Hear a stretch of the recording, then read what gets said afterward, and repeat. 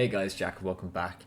After United went ahead, Manchester City replied with 3 goals, courtesy of Phil Foden and Erling Haaland. Let's just jump into the analysis. Eric Ten Hag looked to have changed his system and tactics for this game. While he kept the same shape, he looked to play deeper and in a more compact system, more of a 4-4-2 out of possession. And what that allowed United to do was absorb a lot of pressure and break on the counter. City had control of possession throughout the entire game, there's no doubt about it. But what United did really well in the first half was that they absorbed the pressure and they looked to play in behind, because what City were doing was pushing up players, especially the likes of Ake and Walker, and because they only really have maybe Stones and Rudsley back in terms of the holding defensive shape, they were able to counter. And we saw how Rashford and Bruno Fernandes would just drift in and out. Garnacho kind of didn't really do much in terms of that regard, but you saw in the first 3 minutes, Onana had possession of the ball, launched it towards Rashford, fell to him, and a superb finish for him. And you probably thought that would be something that they'd be able to build upon. And honestly, there was a few instances in this game where they repeated the same thing, especially in the first half, where they just continued to bombard the channels. And if it wasn't for maybe a few poor touches by the likes of Rashford, or just poor decisions in terms of ball progression, or just kind of the personnel that were on it. Because one of the things I noticed was that McTominay, while he is incredibly potent at kind of arriving late in the box, he's not great at this transition play. Maybe when he's not particularly a big part of the build-up, but because Bruno Fernandes would be either drift wide or he just wouldn't be in the position to receive the ball, it saw McTominay almost having to be the one to kind of maybe dribble out of possession and look to play that next pass. And unfortunately, that cost him a few times. And despite doing really well to try to play out of their box, they still struggle defensively. And I don't know whether it's probably just because it's a huge thing, and like we saw how Man City were playing around them, they just they got them all the time. And Andre Onana, particularly in the first half, did really well in terms of his save technique and just kind of how he chose to make those saves. And despite a lot of pressure that City put on them, they managed to hold out into the first half. But then once they went to the second half, the same thing happened again. United had a few good breaks, and it just was maybe the final decision, or that kind of thing where they cost them a bit, I felt. And I think as the game wore on, so did Man United's legs. They just kept seeming to lose their marker a few times, and trying to play a bit more out of possession. Like playing it out of their own third, but it just wasn't working out for them. And as we saw, then it just took a moment of magic from Phil Foden, who cut it in and absolutely rifled it into the far left corner. No chance for Onana. And while people argued that they could have pressed him more, I just think it was an incredible finish. And that continued on for the rest of the half. We saw how City were just playing around them. And even though United made substitutions, it just wasn't enough to kind of reinvigorate the side. And we saw how De Bruyne had a few chances, especially from set pieces, because United were giving them away. Foden got into a few balls, and it was a really nice intricate play that led to his second goal. He just hit it too hard past Onana. There wasn't really a chance of him saving it. And although Haaland had a big miss in the first half, right before the end of the first half, that'll just happen from time to time. And fortunately, his team weren't punished for that. And luckily enough for Haaland, he got his goal. Fell to him. It was poor play from United to playing it out from the back, but it just happened. It just happens, and Haaland finished it. For me, anyway, it wasn't the most entertaining game, because I've been watching Man City for a few years now under Pep Guardiola, and while they're so efficient and just they have these moments of really intricate play, it just isn't that entertaining for me. It's very efficient. It's very sanitized. And I understand why he does it. The proof's in the pudding. You see the amount of trophies they've won. But I still kind of hope that there be more kind of excitement. Even Jeremy Doku today, he didn't have a great game. I think Diogo Dalot did really well to, kind of suppress him. And even the likes of Casemiro or Kobbie Mainoo, they just did really well at just kind of nullifying that. And obviously Phil Foden had a good game overall, but I just think that the team, like we saw what happened with Grealish, and it seems to be happening with Doku, where their excitement seems to kind of be dwindling a bit.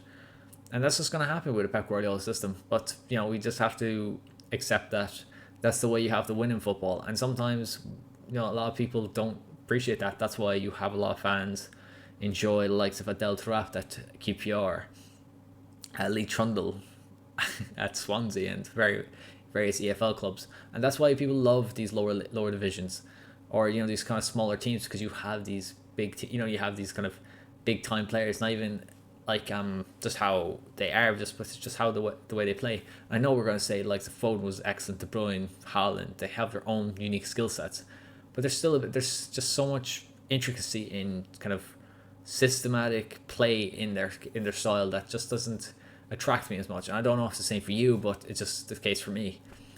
In this game, United sat deep and they looked to kind of hope that they got a result from this. Unfortunately, that wasn't the case, but I think Ten Hag can take something from this game, that he can change the system when he needs to, and it was a decent performance. I thought the likes of Rashford, despite the goal, just wasn't up to it, and that's going to happen when you're playing out of position. McTominay was a bit sloppy in possession, but I thought the defence did reasonably well overall. But for a man of the match, I do have to give it to Phil Foden. He's kind of one of those few players that he is a bit more of a live wire, and you saw 2 moments of magic, and he capitalised on them. When Erling Haaland was struggling in front of the goal. And so that's going to be it for this Manchester derby. City are in a good position now. I think they're just a point behind Arsenal, or they're a point ahead in the table. But that's what you get when you're Manchester City and going for three trophies. So that's it for this game. Let's quickly run through the rest of the games from this weekend. Newcastle got a much needed win and clean sheet at home against Wolves. Wolves really surprised me, just going off from the highlights. That's what I saw from the rest of these games. They really played a high line, and I think that they just mistook Newcastle's vulnerabilities. Newcastle tend to sit back and they have a lot of numbers behind, and as a result, they were able to pounce on Wolves, who just looked very porous in the back line. I mean, Isak and Gordon did really well to pick up their goals. Obviously, Gordon's one was a bit more fortunate just in how they played, but that's what you want from him. You want him pressing and getting the goal. And even Livramento, while it was very fluky that he didn't really shoot, he kind of just hit off his foot. A goal's a goal, and it's really good for him. Wolves were quite surprising, and Gary O'Neill got it wrong today. Then there was Tottenham Palace, and Palace came out of this game really well, and they were really solid defensively. And it took a moment of magic from Eberechi Eze, who, again, did well. Great free kick. I think Vicario was moving to one side, just kind of, preparing for him to go over the wall, but Eze put it in a really good position, and I think if Vicario even was kind of more set to that side, he would have maybe not saved it.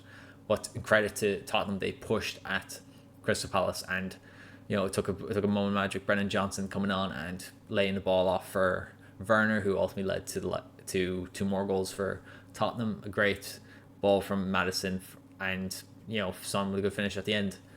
And that's what you want. And I say Postecoglou's happy that they finally kind of got a win at home, and just kind of bring the atmosphere back up a bit. There's been a lot of contention here, and I've only watched the clips of Marinakis coming onto the pitch and apparently berating the referee. I believe it's Paul Tierney. But Darwin Nunez in the 99th minute getting a goal, and absolute bedlam happening. And, despite all of Liverpool's issues and injuries, they seem to come out with these things. They definitely could have gotten a goal in this game, but their finishing wasn't up there. But luckily, Darwin Nunez came in and, did well. Kiefer Kelleher did really well, particularly a one-on-one save, I think, against, I believe it was Origi or Elanga, but it was just incredible. Then there was the Chelsea, who, despite getting a win during the week, I was not surprised that this was the result. I think Brentford probably could have done better in terms of, defensively. They've been looked very shaky now in the last few weeks. And, fair dues to Nicholas Jackson, great movement to get onto the end of the first one. But Chelsea again looked very panicked in defence. They struggled to deal with it, especially the first one. And then Vissa with an unbelievable bicycle kick. He just kind of, I think it was a Tony who kind of actually propped it up for him, and he just finished it incredibly well.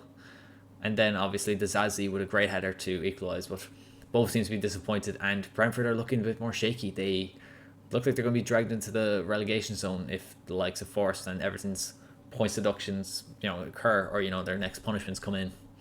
Talking about Everton, they look to play a bit more progressively, a bit more expansive, and I think they were looking to capitalise on West Ham's poor form in recent weeks. Granted, they won 4-2 last week, but they have struggled, and I thought Everton were trying to do that. And the first half, they really pushed West Ham back, and it was, I think the turning point was Beto's penalty stop.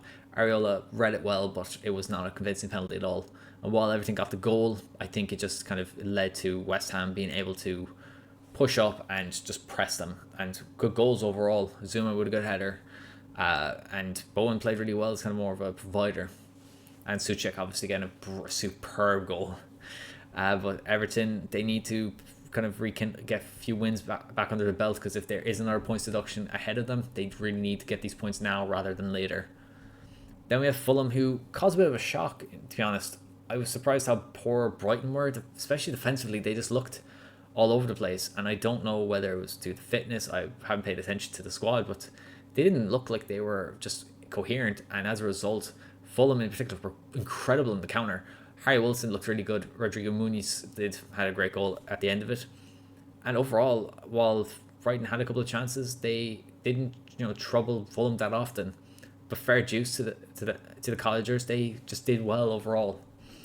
Then Villa getting a last minute winner. They've still struggled away from home, and despite going 2-0 up, they were again porous, just kind of, especially set pieces.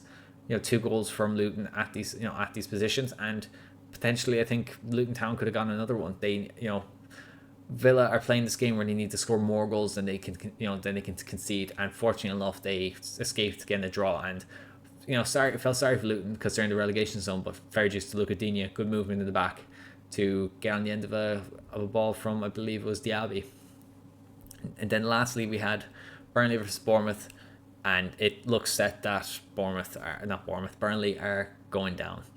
They had a couple of chances, and they had a goal ruled out due to I think it was a foul on Adam Smith, who he definitely bought the contact and made the most of it. But he got it, and credit to Bournemouth, they just looked really good for going forward. And again, it was a case of poor finishing that maybe didn't lead to them getting a few more goals. And I've said this countless times before, but I'm really enjoying watching Semenyo. He just looks really fun on the ball, and he had a shot that went just wide at the far post.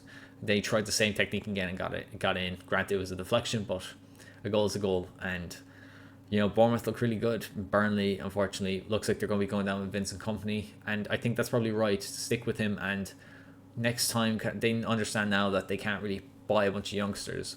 Go into the Championship, use those youngsters, and just develop them into a team. And I think it will stand them well if they get promoted then the season after next, that they that they built a foundation, and they only need to add a couple of experienced pieces to try to fight for survival once again. So thank you very much for watching. Apologies for my lack of motivation, or to see my tone. It just isn't, it's just going to be one of those days where you just don't really have the energy or the motivation. But I wanted to make some content, and I hope you enjoyed. If you liked the video, please give it a like and subscribe to the channel. Thank you very much for watching. Until next time, take care.